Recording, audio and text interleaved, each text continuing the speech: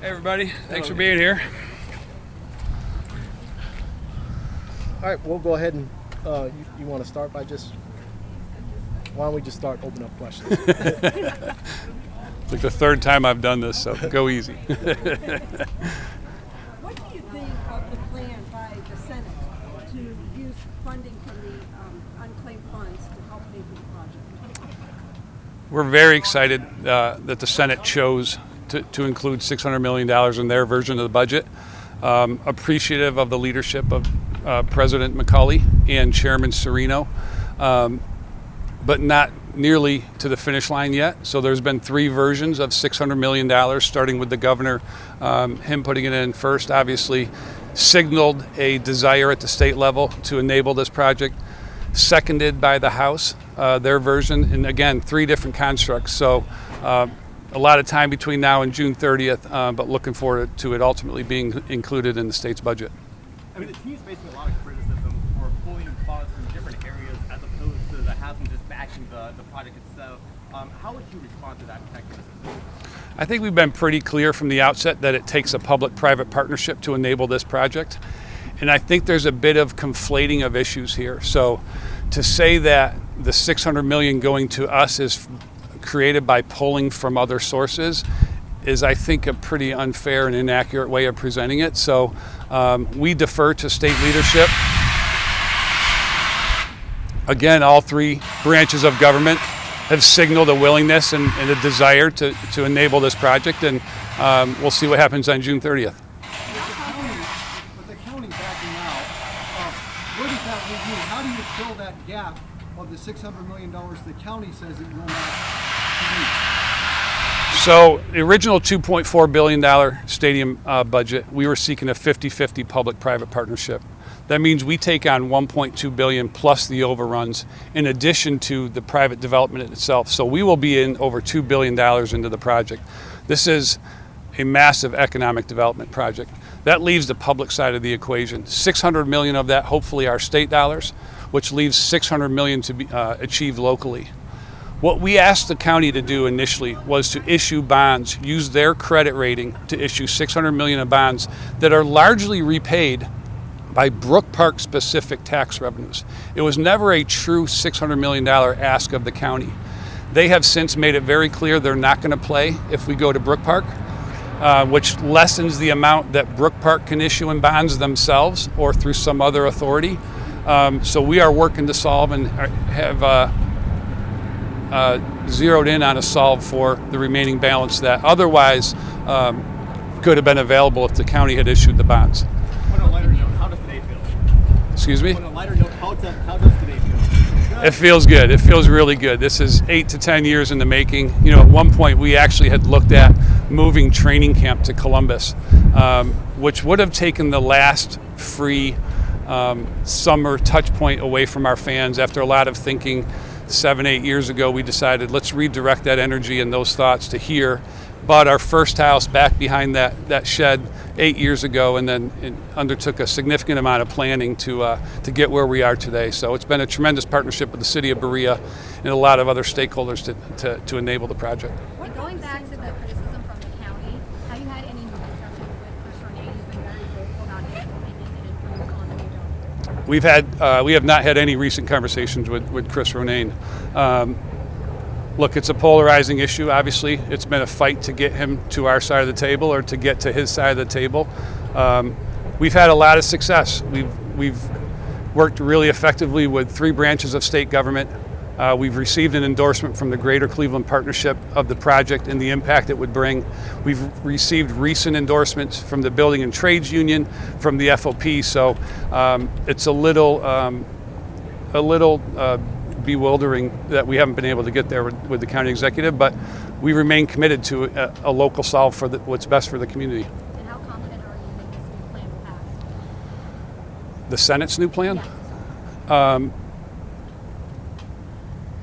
I think what happens between now and June 30th is there's three different ideas on the table now. So what happens in session behind closed doors, I think those three branches of government will work hard they've all said $600 million is okay for the project and they want to do it and they want to enable the project. So I think they'll work collaboratively to find a final solution. Do you have a preference among those three?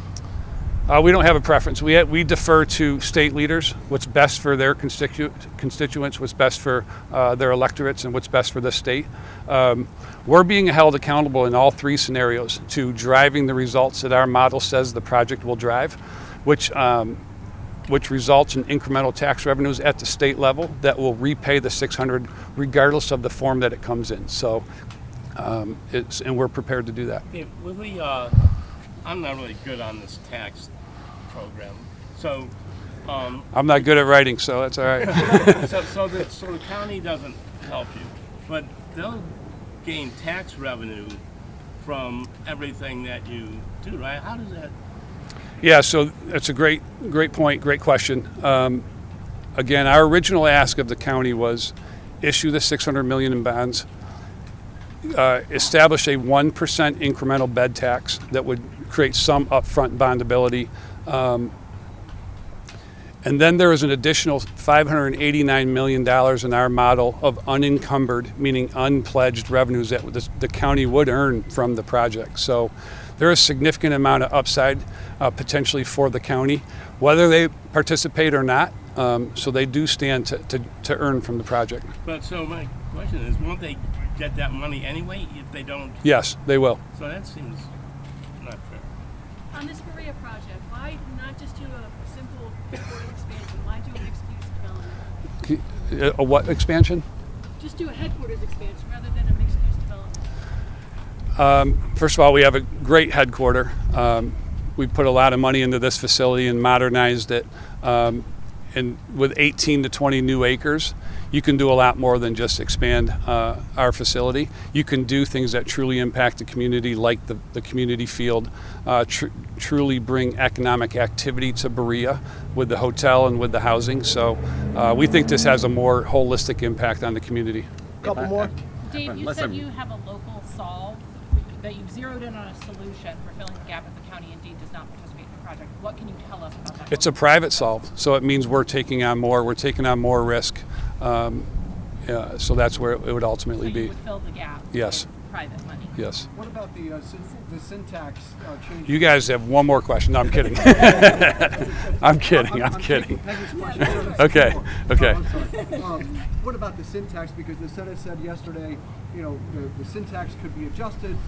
The county and the city say, as it stands now, the Browns would get nothing in Brook Park. What's your take on that, and what are the Browns doing about the syntax?